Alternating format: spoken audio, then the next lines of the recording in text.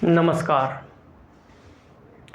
दिल्ली की आम आदमी पार्टी के बारे में अगर ये कहा जाए कि मुंह में राम बगल में छुरी, तो ये जो कहावत है, मुहावरा है, वो उन पे सटीक बैठता है।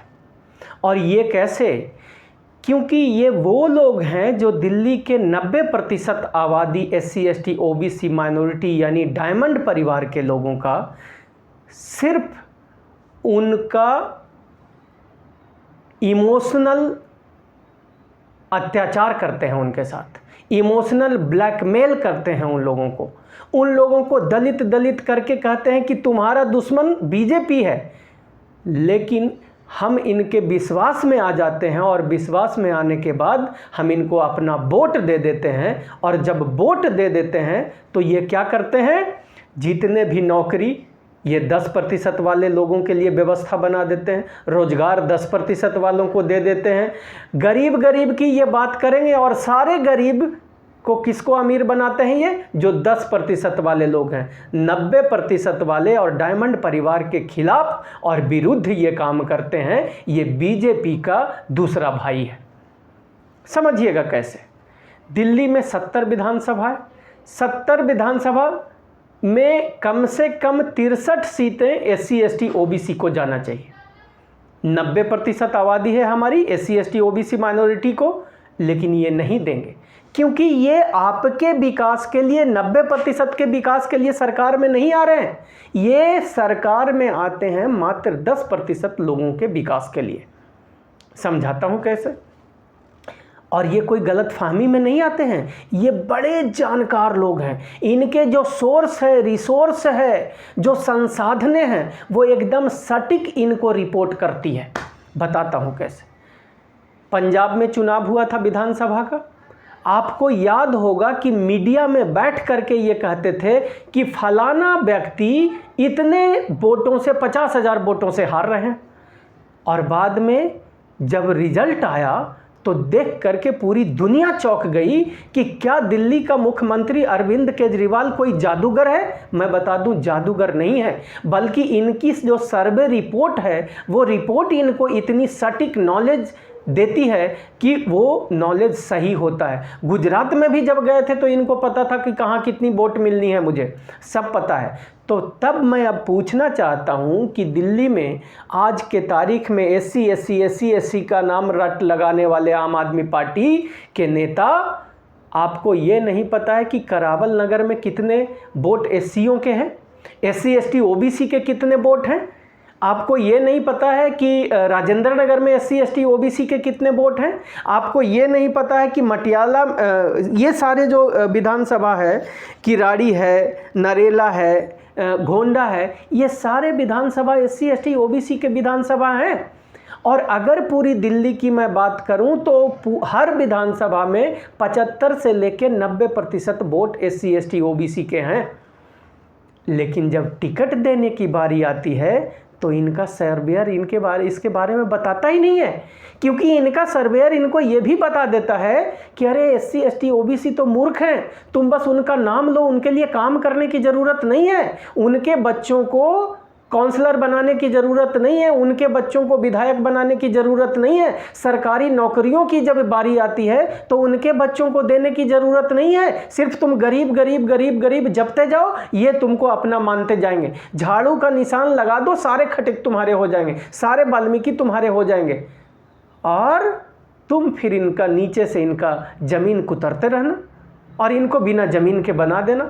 मैं आपसे पूछना चाहता हूं कि कितने SC ST OBC के लोगों को इन्होंने नौकरी दी आज तक पिछले 10 सालों में? और जबकि आप SC ST OBC के लोगों, मैं बता दूं कि सिर्फ और सिर्फ SC ST OBC के लोगों की वजह से दिल्ली में आम आदमी पार्टी की सरकार है।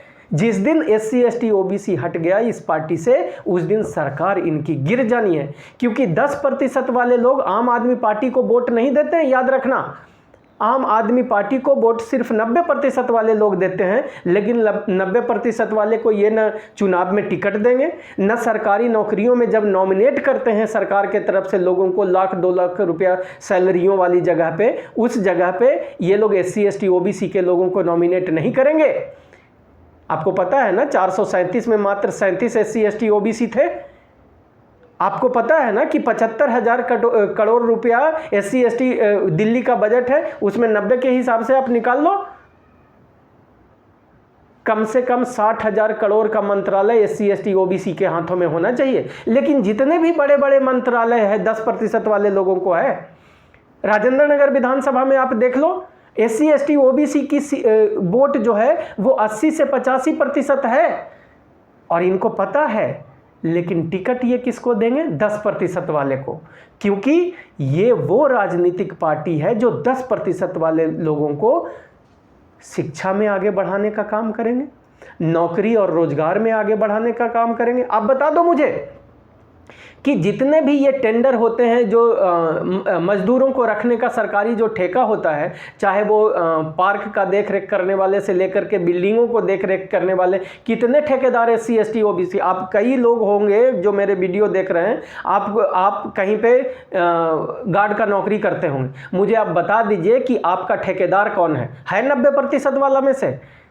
आपके कूड़े के खत्ता जिसमें काम करने वाले लोग SC ST OBC के लोग होते हैं, उसमें ठेकेदार है 90% वाला लोग। पार्किंगों का जो ठेकेदार मेन ठेकेदार है कोई 90% वाला लोग।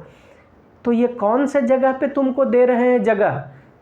सिर्फ अब मंच पे बैठ करके बात करने से SC ST OBC का कल्याण नहीं होने वाला है। मेरे भाइयों, बस एक बात याद रखना कि SC ST OBC का कल्याण कोई SC ST OBC का नेता जो SC ST OBC यानी डायमंड परिवार के विकास की विचारधारा को समझता हो, वही SC ST OBC का कल्याण करेगा। और वो भी नहीं करेगा जो SC ST से OBC से तो होगा लेकिन इनकी चापलूसी कर रहा होगा, जो इनकी दलाली कर रहा होगा, वो कभी भी SC ST OBC का कल्याण नहीं करेगा, क्योंकि वो गया है अपने परिवार का पेट भरने। आरक्षण की बात जब करेंगे तो वो उसका मुंह बंद हो जाएगा। आरक्षण खत्म करने की बात जब करेंगे, प्राइवेटाइजेशन क्यों हो रहा है? आरक्षण खत्म करने के लिए 300 के आसपास सांसद हैं SC ST OBC के, सब मुंह बंद करके क्यों बैठे हुए हैं? क्योंकि वो अब हमारे समाज का सांसद नहीं रहा। वो सांसद अब सिर्फ अपना रहा है, अपने परिवार का और अपने बच्चों के लिए इनकी चाटुकारी करेगा, अपना घर भरेगा। समाज का विकास नहीं होने वाला है। समाज का विकास तब होगा जब SC ST OBC के लोगों के नौकरी के लिए, रोजगार के लिए, व्यापार के लिए, इतनी जो सारी ठेकेदारियों की मैंने बात कही, उन जगहों पे सारे SC ST OBC जब 90% हम हैं तो 90% हमारी हिस्सेदारी उन ठेकेदारियों में होनी चाहिए। यानी 100 ठेकेदार बनाया जाए तो 90 ठेकेदार हर क्षेत्र में SC ST OBC के लोग होने चाहिए, तब विकास हमारा होगा।